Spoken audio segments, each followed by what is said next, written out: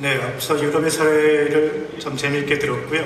결론적으로 말씀드리면은 지금 유럽에서 벌어지는 그런 고민들이 아마 일본에서도 벌어지지 않을까 싶습니다.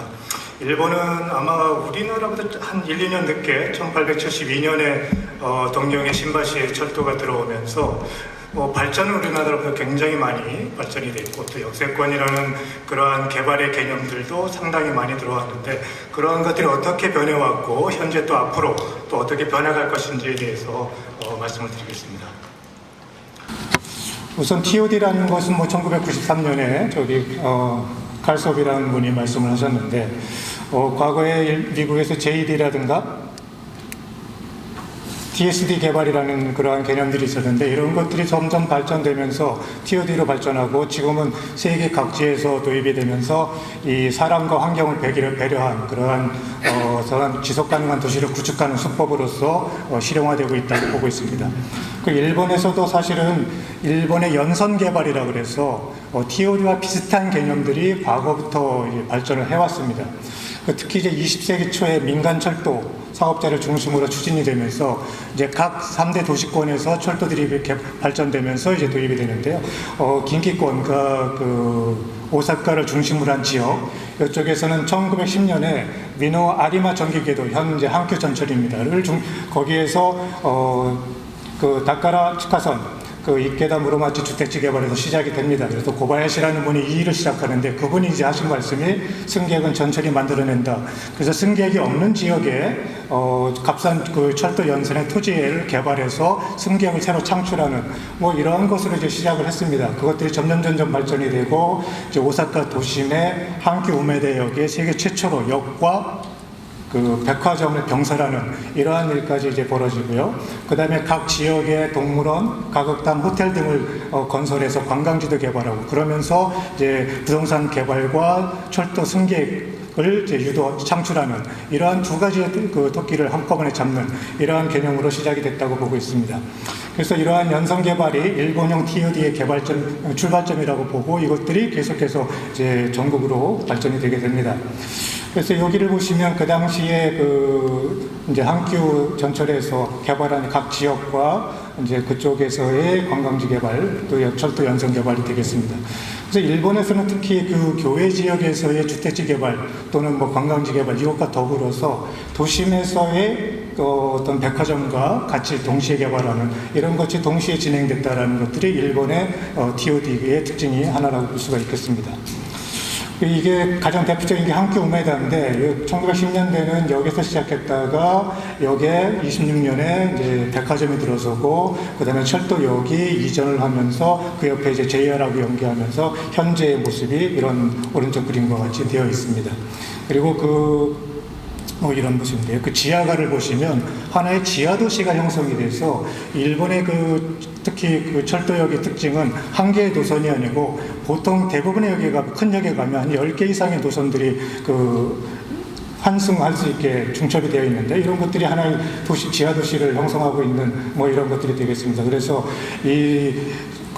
철도역에 백화점을 만들므로써 이용자가 적은 낮에 새로운 수요를 창출하고 그래서 또 백화점을 가진 터미널역이라는 그런 브랜드 이미지도 제고하는 이러한 비즈니스 모델을 만들었다라는 것들이 일본의 TOD라고 볼 수 있겠습니다. 그리고 수도권에서도 역시 Khin 철도, 그 다음에 전환도시선, 이런 데서 계속해서 이런 연선 개발이 일어나고 있고, 이제 중부권 나고야 쪽에서도 일어나고 있고, 그래서 일본에서도 굉장히 많은 이러한 TOD와 같은 개발이 일어났습니다. 그런데 왜 외국보다 더 먼저 도입된 이러한 일본의 연선 개발이 그러한 세계적인 브랜드가 될 수 없었을까? 이런 것들을 이제 90년대 후반에 일본 사람들이 반성을 하기 시작하는데 이 도시와 대중교통의 결합, 이런 것들을 개발 행위로서 받아들이고 비즈니스 측면에서 받아들였지만 그런 것들이 사회 공익성 또는 계획론 이념까지 연결시키지 못했다라는 것들이 이제 일본에서 반성하는 것들입니다. 그래서 지금은 저런 것들을 반성하기 위해서 단순한 역과 빌딩의 일체화를 뛰어넘어서 역과 도시의 일체화하는 수법까지 진화가 돼 있고 앞으로 이러한 것들이 역을 중심으로 한 도시 만들기까지 발전하는 방향으로 지금 추진이 되고 있습니다. 그래서 거기까지를 저희가 지금 어떻게 발전하고 있는지를 말씀을 드리겠습니다. 그 전에 사실은 이러한 역세권이라는 것들이 지금 새롭게 정비하는 것이 굉장히 힘든 이유가 특히 일본에서는 이미 시가제화가 다 돼 있기 때문에 그러한 역들이 전부 도시 내부에 입지를 하고 있습니다.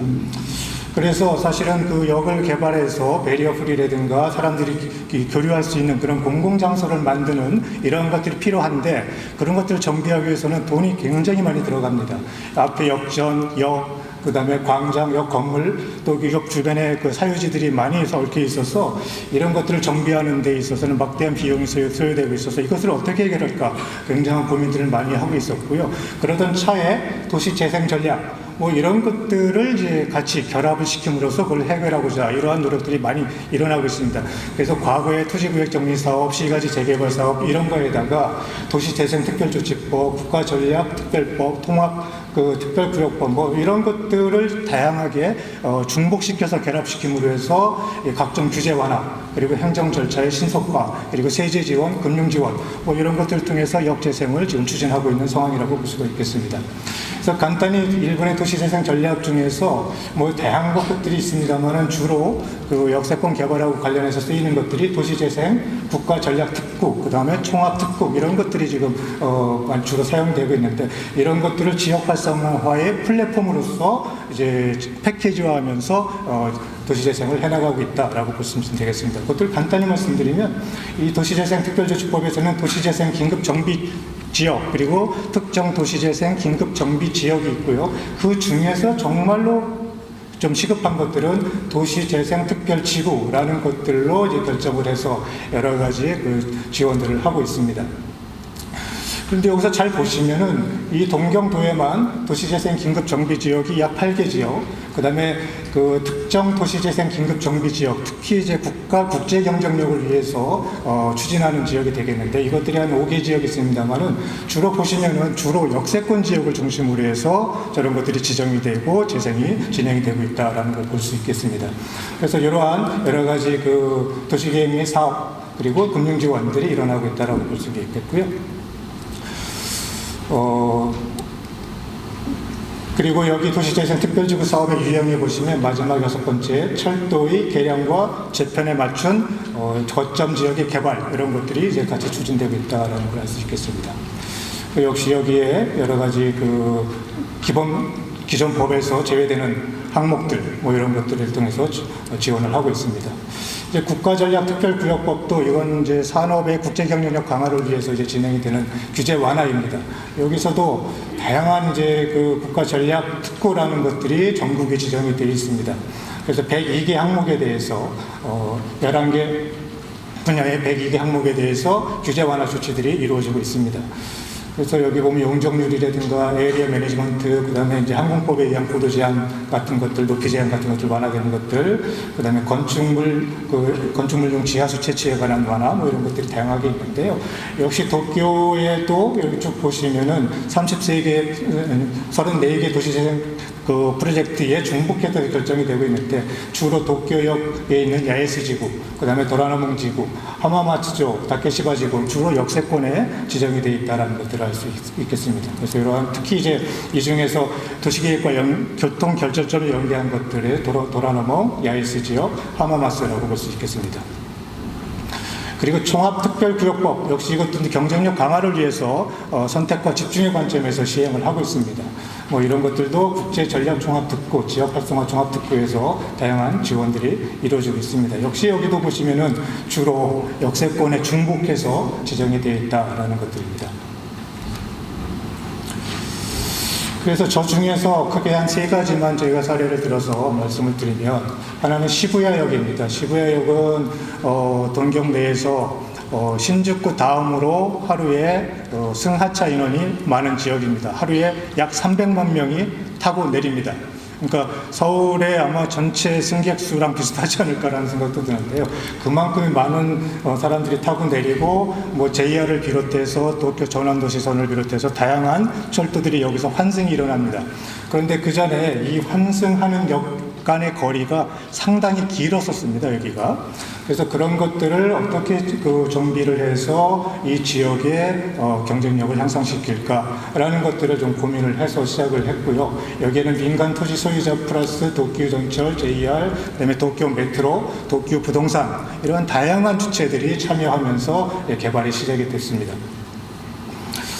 2027년을 목표로 하고 있고요. 아마 2027년 되면 왼쪽 위의 그림처럼 굉장히 멋있는 아마 요 광장이 그 일본에서 유명한 시부야 스크램블이라고 해서 교차로가 있는 지역인데 굉장히 그 공공성이 있는 그러한 녹지 스페이스로 공공공간으로 바뀌는 것들을 볼 수가 있겠습니다.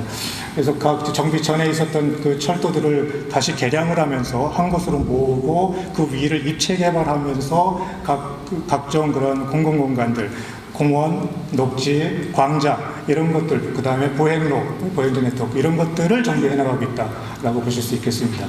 그리고 여기에서는 UR이 이제 공동으로 들어와 있는데 일본에서 굉장히 좀 우리나라랑 다른 특이한 그 시스템입니다. 그래서 이 도시재생기구라는 것들이 공공 디벨로퍼로서 개발에 참여하면서 전체적인 컨셉과 그 개발을 리드해 나가고 있습니다. 그래서 토지 소유자인 도쿄전철, JR, 도쿄 메트로뿐만이 아니고 도시재생기구가 들어와서 기반시설 정비 또는 기술적인 부분에 대한 그 어드바이스 이런 것들을 같이 하고 있다라는 것들입니다. 그리고 거기에 이제 그 도쿄 부동산이라는 민간 개발업자들이 참여를 하고 있습니다. 여기에 이제 도시재생법 이러한 것들을 같이 이제 끌어들이고 있고요.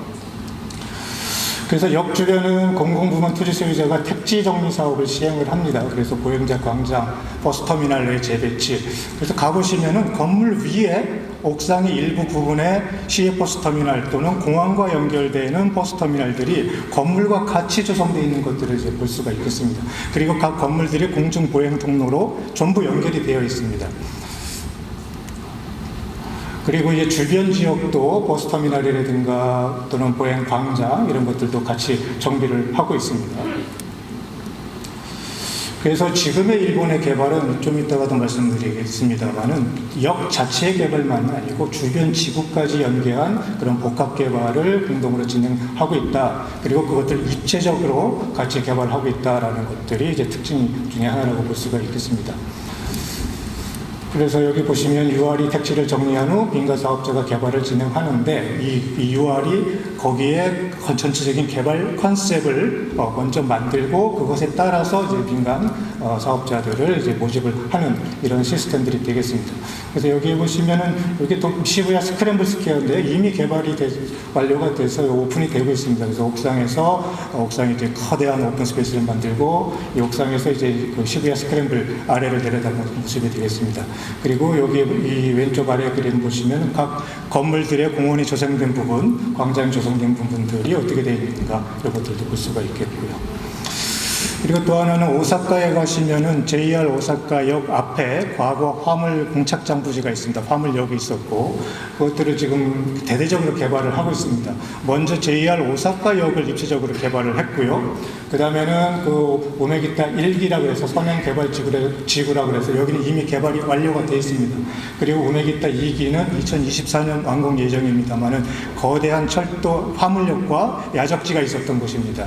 그래서 이런 것들을 이제 활용을 해서 이제 지역의 어떠한 그 공공성뿐만이 아니고 경쟁력을 불어넣는 이런 프로젝트로서 지금 추진을 하고 있습니다. 그래서 여기에서도 주로 이쪽 지역의 개발은 간사이 그 오사카 일대를 간사이 지역이라고 그러는데 간사이의 재생을 리드하는 지식 창조 도시를 만들겠다 이런 목표로 하면서 어떠한 국제적인 도시의 품격, 그 다음에 새로운 가치를 창조하는 지식 문화 신산업 도시, 그리고 새로운 도시 환경을 창조하는 물과 녹지의 창산이라고 해서 앞에 1기는 그랜드 프론트 오사카라고 하는 날리지 캐피탈이라는 걸 중심으로 개발을 하고 있고요. 제2기는 도시공원을 중심으로 해서 녹지를 중심으로 한 혁신 뭐 이런 것들을 이제 테마로 해서 개발을 하고 있습니다. 특히 오사카는 이 평평한 지역입니다. 주변에 산이 없습니다. 그러다 보니까 도시 내에 녹지가 굉장히 부족합니다. 그래서 아마 남바파크를 보셔도 가시면 외관이 전부 녹지를 이렇게 나무로 심어져 있어서 멀리서 보면 산처럼 보이는 이런 것들을 보실 수 있는데요. 그런 것들이 이 녹지가 부족한 오사카에 어떻게 녹지를 공급할 것인가, 이런 고민들을 많이 하고 있는데, 역시 이 오사카 우메기타 2지구도 그러한 차원에서 녹지를 중심으로 테마로 한 도시 만들기를 추진하고 있는 것이 아닌가라는 생각이 듭니다. 그리고 여기서 보시면 뭐 신역을 만들기도 하고 이 주변 지역도 저 일체적으로 정비를 하고 있다라는 걸 보실 수 있겠습니다. 특히 이제 일기 산행구역은 약 56만 제곱미터의 오피스, 상업, 컨벤션, 호텔, 주택 등을 복합해서 개발을 하고 있습니다. 그래서 세계 최초의 지식창조 교류의 장을 만들겠다라는 그러한 목표를 가지고 시작을 했고요. 그래서 실제로 여기에 들어와 있는 그런 그 시설들을 보면 연구시설, 창업 오피스, 그다음에 쇼룸, 그리고 이제 그 다양한 그러한 시설들이 들어와 있어서 그 이제 간사이 지역의 경제를 좀 견인해 나가고자 이러한 그런 데 기여를 하고자 하고 있고요. 그리고 여기도 보시면은 이 고도 제한의 완화 또는 용적률 증가, 이러한 각종 규제 완화 조치들, 토지구역 정리 사업에다가 도시재생 특별구역 이런 것들을 같이 엎어서 굉장한 그러한 규제 완화가 이루어지고 있다는 것을 알 수가 있겠습니다. 그리고 여기도 역시 그 UR이 들어와서 구역 정리 사업을 진행을 했습니다. 그리고 여기서 민간 토지를 선매수해서 본인들이 이 지역을 끌고 나가는 개발을 먼저 이끌고 그것에 맞는 민간 사업자들을 유도를 합니다. 그리고 주변 지역에서는 타운 매니지먼트를 이용해서 주변 지역의 운영 관리까지도 이제 같이 이어지고 있다는 것들을 보실 수 있습니다. 여기 보시면은 이제 광장이라든가 이런 것들을 만들어서 여기서 다양한 그 시민들의 활동이 이루어지고 있고요. 이러한 그 광장의 유지 관리도 이 타운 매니지먼트 오피스 이런 것들을 만들어서 시민들과 공동으로 운영을 하고 있다라는 것들을 볼 수 있겠습니다. 그리고 우메기타 2기는 지금 이제 개발이 진행 중인데, 좀 전에 말씀드렸듯이 녹지와 혁신, 그러한 테마로 이루어지고 있습니다. 그래서 여기도 신력 설치라는 기반 정비 이런 것들을 동시에 진행하고 있습니다. 이러한 그림들을 보시면 굉장히 녹지마다의 하나하나의 컨셉을 가지고 시민들이 자유롭게 와서 즐기고 거기서 교류하고 그것을 통해서 새로운 그러한 혁신을 만들어갈 수 있는 이러한 시스템들을 만들고 있다. 만약에 이러한 빈 땅이 있어서 서울 시내 한복판에 개발을 한다면 과연 이런 녹지를 만들 수 있을까? 라는 차원에서 좀 한번 새롭게 볼 수 있지 않을까, 그런 좋은 사례가 되지 않을까 싶습니다. 그리고 역시 여기서도 UR이 오사카시의 요청을 받아서 이 지역 개발의 전체적인 총괄 코디네이터로서의 업무를 수행하고 있습니다. 그리고 아까 말씀드렸지만 개발 컨셉에 의한 민간 유도를 위해서 일부 토지를 선행 취득한 다음에 민간 개발업자를 모집하고 있다라는 것들이 이제 하나의 특징이라고 볼 수 있겠습니다. 그래서 여기가 지금 4개의 역할, 이것들이 UR이 오사카 우메기타에서의 수행한 역할이 되겠습니다. 그래서 계획 책정을 지원하고 기반 정비를 하고 토지 취득을 하고 민간을 유도한다. 그리고 이런 것들 UR과 오사카시, 그다음에 개발 사업자 간의 유기적인 연대에 의해서 이루어지고 있다는 것들이 특징이 되겠습니다. 또 하나는 국제전략특구구역으로서 개발이 진행됐던 도라노몽 지구입니다. 여기는 동경 안에 있는, 동경역 근처에 있는 지역인데요. 잘 아시다시피 이 도라노몽 지역은 과거에 도시계획 도로가 있었던 지역인데, 이제 그 보상 때문에 한 20-30년간 개발이 진행이 안 됐던 지역을 입체 도로 제도를 이용해서 건설이 도라노몽 힐스를 건설하고, 또 주변 지역은 UR이 들어가서 시가지 재개발 사업으로서 일차적인 정비를 하고 있는 지역입니다. 그러면서 히비야선 신역이라는 새로운 역을 입지를 시키면서 이제 개발을 진행하고 있습니다. 여기서는 국제적인 비즈니스뿐만이 아니고 국제 수준의 거주 기능, 그다음에 교류 숙박 기능, 또 다양한 비즈니스 지원 기능, 이런 것들을 일체적으로 정비하고자 지금 진행을 하고 있는 지역이라고 볼 수 있겠습니다. 그러면서 여기에 도시계획 도로뿐만이 아니고 버스 터미널, 지하 통로, 보행자 통로, 이런 것들을 같이 정비함으로써 주변 지역과의 연계, 그 다음에 지하와 또 일체적인 개발, 이런 것들을 이제 같이 도모하고 있다라고 보시면 되겠습니다. 지금 오른쪽 그림이 이제 새롭게 정비된 도시계획 도로가 되겠고요. 그 왼쪽에 위에 있는 그림 중에 가운데 있는 부분이 이제 도라나몽 힐스, 그 주변의 비즈니스 타워들이 되겠습니다. 그 아래쪽 보시면 그 도라나몽 힐즈의 아랫부분으로 그 고속도로가 지나갑니다. 그 도시계획도로가 지나가서 그 위에 이제 개발을 이제 개발을 진행한 사례가 되겠고요. 우리나라도 이제 도로공간 입체개발법이 몇 년 전에 추진이 되다가 지금 중단이 됐는데, 그런 것들이 만약에 법이 제정이 되면 저러한 타입의 개발들이 진행될 수 있지 않을까 싶습니다. 여기들은 각 A 구역, B 구역에서의 그런 A 구역, B 구역에서의 그런 개발 그 주체와 내용이 되겠고요. 여기서도 역시 UR이 같이 들어가서, 물론 이제 그 도라나몽 힐스 타워 같은 경우는 모리가 중심적으로 개발을 했습니다만, 주변 지역의 시가지 재개발 정비는 UR이 들어가서 이제 총괄 그 디벨로퍼로서 전체적으로 개발에 참여하고 있습니다. 그래서 UR이 이제 이러한 정부 또는 지방자치단체 그리고 민간과의 사이에서 유기적으로 이제 역할을 하고 있다라고 보시면 되겠습니다. 그래서 일본의 역세권 복합개발, 특히 연성개발의 시사점을 보시면, 지금은 어떠한 그 역 자체의 개발만이 아니고 도시의 가치를 생각하면서 조금 개발을 진행하고 있다. 특히 역과 도시의 일체적 개발을 통해서 이 도시 공간에 활력을 제공하는, 그러면서 도시 경쟁력을 이끌어 올릴 수 있는 이러한 개발을 추진하고 있다라고 보시면 되겠고요. 특히 공원, 녹지, 광장 이런 공공공간을 사람들의 다양한 액티비티를 창출하고, 그리고 거기서 새로운 교류가 일어나면서 혁신이 발생할 수 있는 이런 거점으로 활용하는 그런 역세권 개발을 하고 있다라는 것들입니다. 그리고 역시 이런 것들의 복합적인 처방을 위해서 이 토지구역정의사업, 시가지 재개발 사업뿐만이 아니고 도시재생특별지구에 관련된 각종 특구제도를 활용해서 민간 투자를 적극적으로 촉진하고자 한다라는 것들도 이제 특징이 하나로 볼 수 있겠습니다. 그리고 입체개발이라는 것들, 특히 입체 복합개발을 통해서 녹지, 이동통로, 광장 이런 것들을 도시 내에서 땅이 없는 곳에서도 충분히 확보하려는 이러한 노력을 하고 있다는 것들이고요. 역시 복합 건축물을 통해서 상업, 컨벤셔널, 호텔, 레지던스 이런 것들을 업무랑 같이 복합시킬 수 있는 방법들이 일본의 역세권 개발의 특징이라고 볼 수 있겠습니다. 그리고 중요한 것은 아까 말씀드린 것과 같이 UR과 같은 공공 디벨로퍼가 이러한 개발에 적극적으로 참여하고 있다. 총괄 코디네이터 역할을 하고 있다라는 것들이 이제 하나의 특징이라고 할 수 있겠습니다. 그러면서 이제 민관 협력을 위한 이러한 여러 가지 그 조정들을 같이 하고 있다. 그래서 그런 것들이 우리나라에서 개발을 하고 이제 개발 주체들은 다 떠나는 이런 것과 좀 대비가 되지 않을까 싶습니다.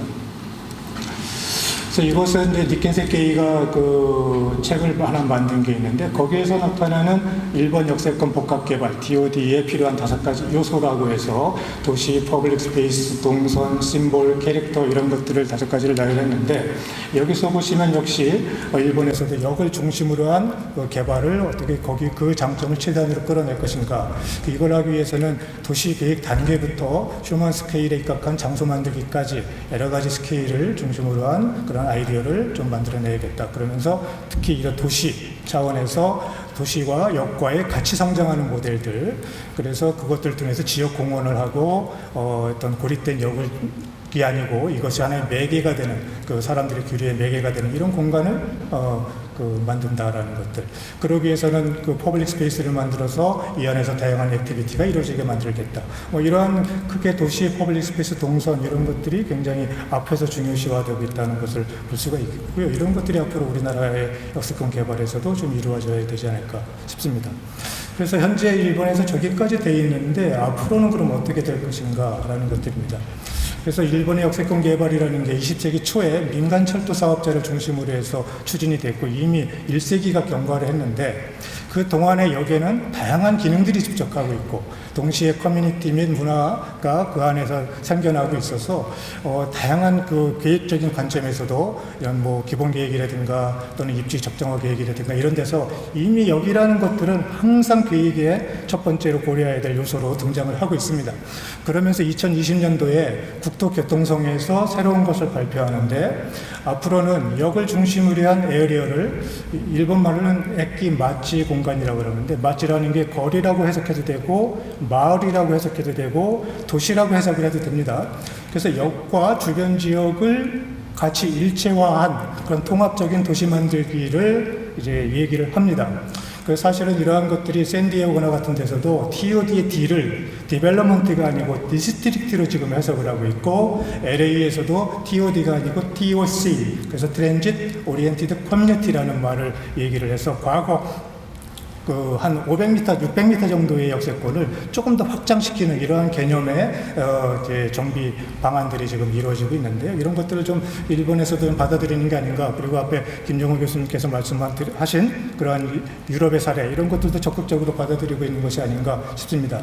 그래서 일체적인 공간의 활용 및 기능의 연계가 기대되는 역과 역정 광장을 중심으로 한 공간 이런 것들을 역거리 공간으로 지정을 하고 정비를 하고 있다라고 이제 보시면 됩니다. 그리고 거기에 ICT라든가 새로운 기술들 이런 것과 결합할 수 있는 도시 만들기 이런 프로세트를 제안을 하고 있습니다.